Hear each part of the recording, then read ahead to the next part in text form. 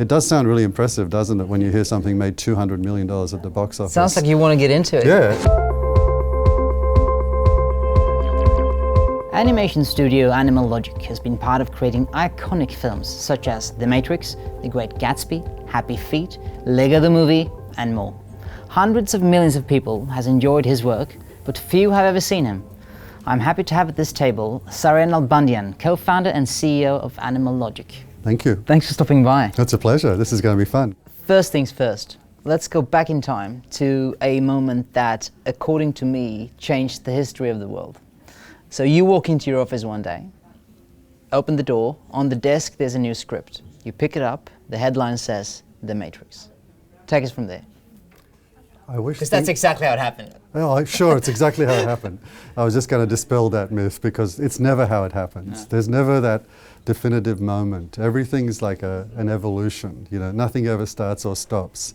And it's all based on relationships, opportunism, it's, you know, convergence of different things, the stars aligning. But The Matrix was one of those defining moments for Animal Logic. Yeah. Could you see early on that this was something else? I think you do. You sort of kind of sense something in the DNA of a project. I'm sure it's the same if you're developing an app or, you know, anything you're doing in life, really, any creative enterprise, where you kind of go, you know, I can you know, sense something different with this one. It's not like the other three I've worked on. You've been running Animal Logic for what is about to be 27 years. Don't remind me. Do you still remember the first couple of days? We started with a dozen people, give or take one. We rented a premises in Crow's Nest in a really ugly office building, which had, I remember, peach-colored carpets and pink walls. And I remember sitting on the floor of that empty office space with the other, you know, our colleagues, our team, and going, what are we going to do? What's the vision for this? Literally. And it was so good because, you know, what we dreamt up that night sitting in an empty room on a floor is what we did in the coming months and years. We had a very simple philosophy, which is create great work with great people and good things will come. So if you stay true to that cause, then everything else will fall into place, as opposed to make a whole lot of money and then be successful. Talking about money, that's such a fascinating thing with your industry, because as outsiders, we read the stories about this movie or that movie made 800 million in the box office or whatever, but we don't understand anything what's going on behind the scenes, how those funds trickle down, because I assume those 800 million doesn't only end up in your personal piggy bank. I wish it did. I wish a small percentage did. But we started as a service company, and we were making a margin on the services we provided, and to very recently we were still doing that. And I always say we've had good and bad years financially, but more importantly, we've never had a bad year creatively. When I look back on all the work we've done year in, year out, even when we've struggled sometimes financially, I'm always really proud of the work we've done. I always feel like we've innovated and we've done something that advances our brand, our reputation, our relationships. But coming back to your question about how the waterfall works in film, it does sound really impressive, doesn't it, when you hear something made $200 million at the box office? Sounds like you want to get into it. Yeah, and it only cost, you know, $50 million to make. But, you know, typically the $50 million film or the $100 million film that it costs to make the actual film, the studio, the distributor will spend another $30 or $50 million distributing that film. Advertising, marketing, printing, distribution.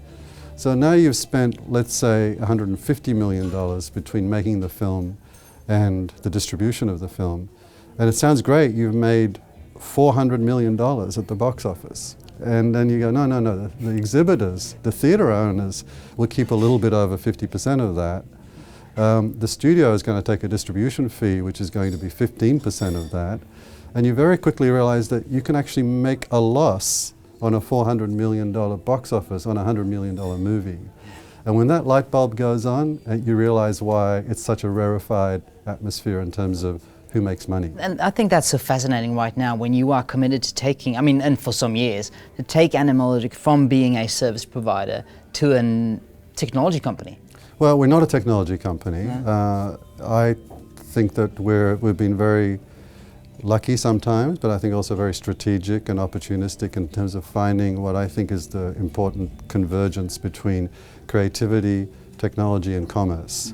If any one of those pieces don't work in running a business in the field we're in, I think ultimately you could fail.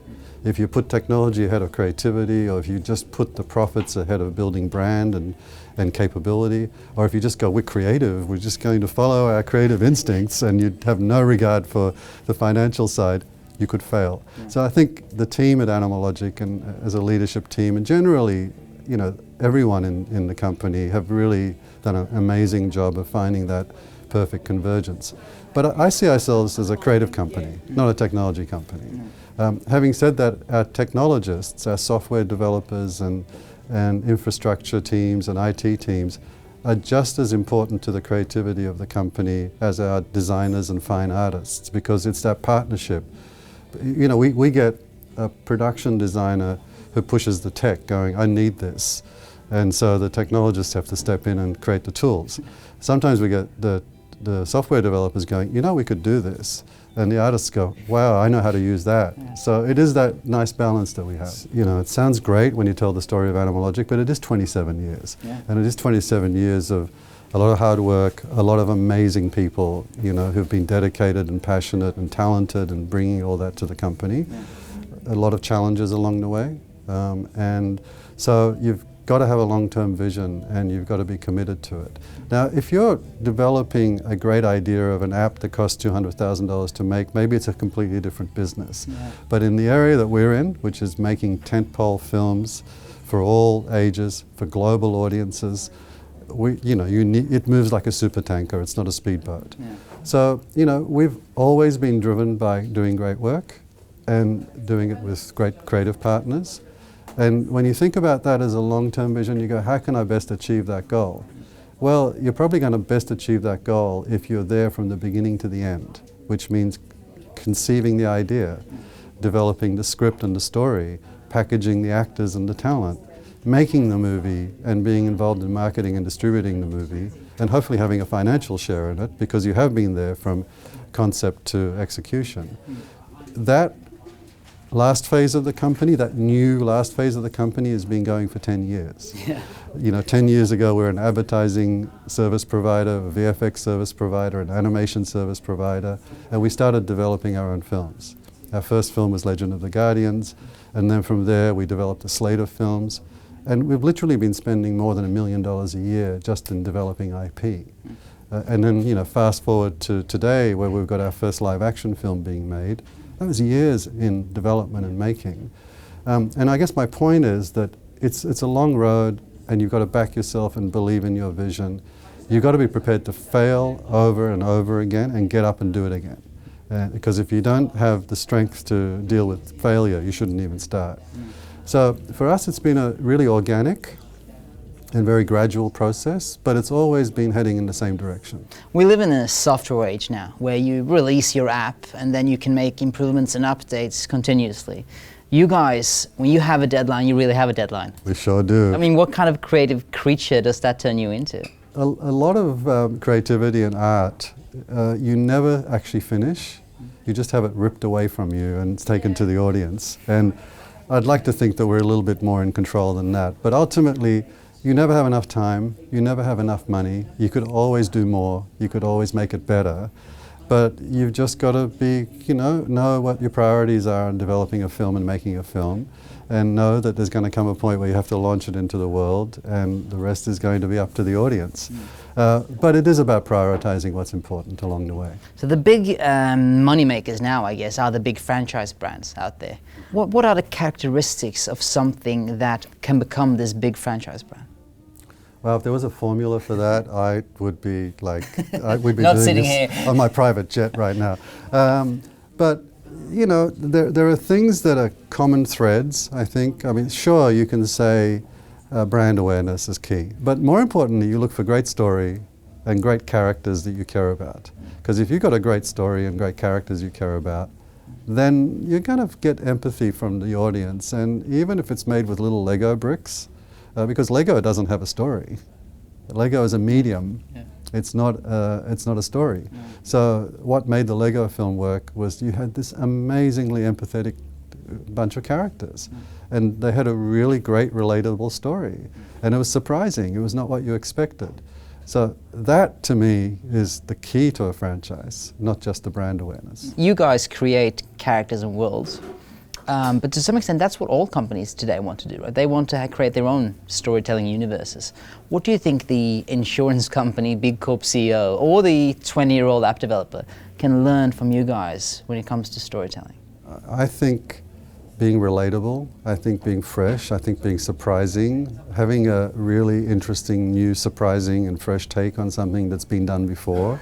It's actually being innovative. It's about not settling for mediocrity, because you can get something made in a week, or you could take a year to make it and not over polish it.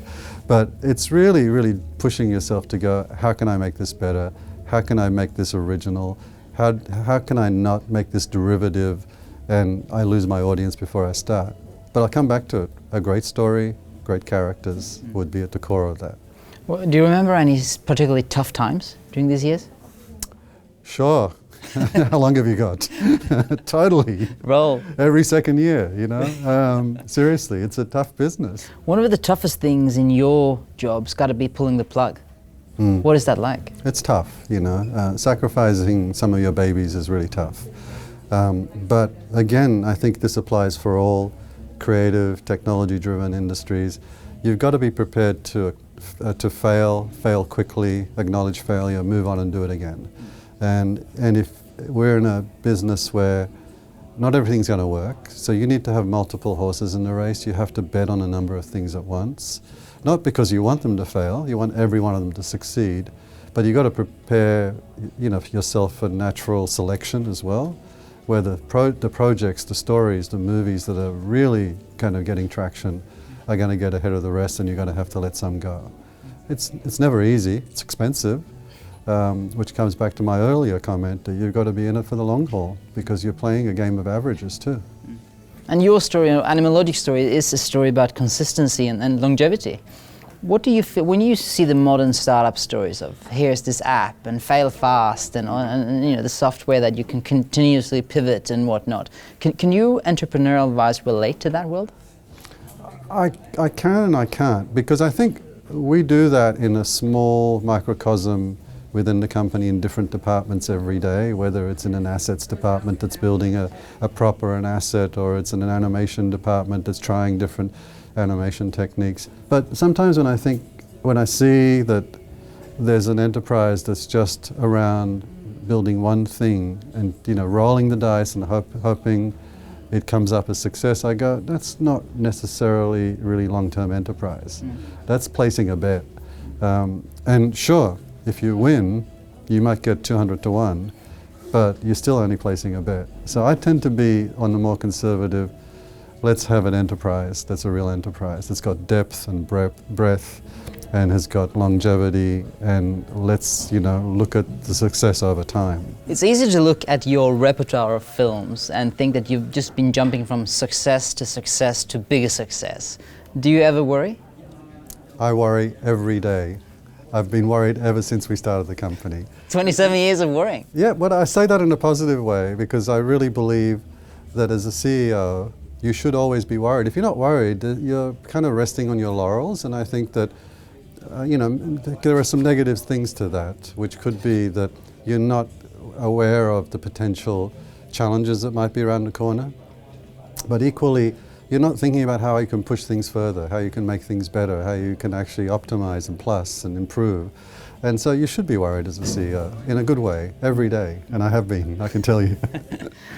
Visualizing the 20-year-old first-time entrepreneur out there, what would be your 30-second pep talk? Back yourself.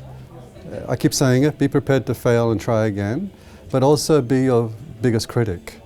Don't just settle for mediocrity, because it's a competitive world out there. There's going to be thousands of people who are just as talented as you, who have a great idea. So if you're going to break through, you've got to be passionate, man, and you've got to really drive yourself and be your biggest critic and keep trying. What makes you emotional? Inequality, unfair practices, poverty, famine. Those things really make me sad and angry. But you know, 3 years of profit in a row makes me very emotional. Thanks so much for being here. Thank you. Thank you.